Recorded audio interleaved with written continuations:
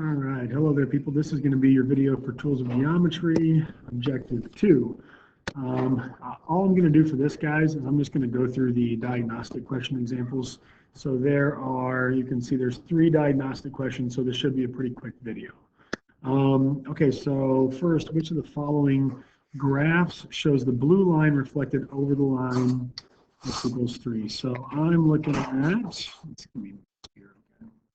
All right, so I'm looking at this blue line right here, and I need to reflect it over x equals 3. So let's first draw in x equals 3, this line right here. All right, so x equals 3 is going to be a line that represents anywhere on the graph where x equals 3. So think about this, right? So like I could have 3, 0, 3, 1, 3, 2. For all those points, x equals 3. So that means that 3, 0, 1, 3, 2. We pretty quickly see that I'm going to create this line right here. So that x equals 3 is just that line. That is now my line of reflection. So I need to take my blue line and reflect it over to the other side of that line of reflection. Now, remember that one of the big keys here is that every point on my blue line, so let's just first take the endpoints. They have to be the same distance from this line as the new points. Okay, so let's call this A, right? So if I want to take A to the other side of the line, I got to count to the line. 1, 2 spaces, and that means I need to go 2 spaces on the other side. 1, 2 spaces, so that's 2. And there is going to be my A prime. Now, if I'm going to call this B, I'm going to go 2 spaces, 1, 2 spaces, and then 2 spaces the other way, 1, 2 spaces. Ms. Shanks is currently dancing near the video. I really wish I had a camera so I could put that on here for you guys. That's going to be my B prime, and we can see here, and I'll highlight that. So here is my new line. So I should be looking for the one that has a line in that spot there. All right, now there's another one of these that's really similar on the diagnostic. Now we're talking x equals 4, so I'm going to count 1, 2, 3, 4. So here's my line of reflection. That line is x equals 4. And now I just need to count, we'll call these A and A prime, or A and B, A, B. So I'm going to go 1 space to the line, 1 space on the other side, and there's my A prime. 1 space to the line, 1 space to the other side, there's my B prime. Now I've got my new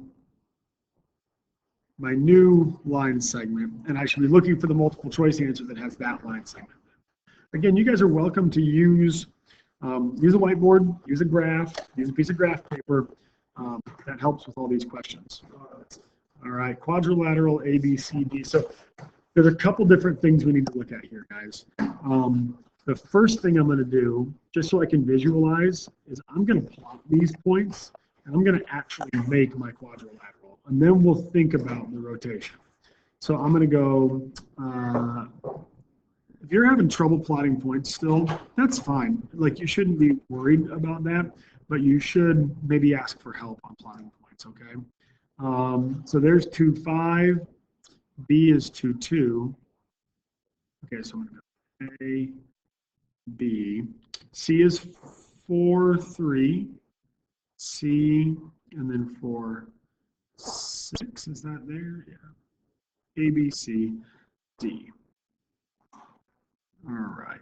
Now, this is now going to have a rotation. So I'm going to rotate 90 degrees. So that's going to be 1/4 of a turn. I'm going to go counterclockwise, which is that way, and around the origin, which is like purple, right there. Okay, so I need to take this whole thing that way. All right, so let's just go ahead and there's like a handful of it. Let me see. We'll see if Mr. McSparrow can pull out something cool here.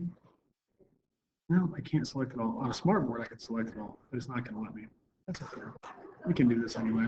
All right, so I think about, I'm going to take it, I'm imagining that, imagine a second hand that's going to carry this thing all the way over there, and it's going to rotate as it goes, right? So my B prime will be there. My A prime will end up 3 spaces away, but it rotated.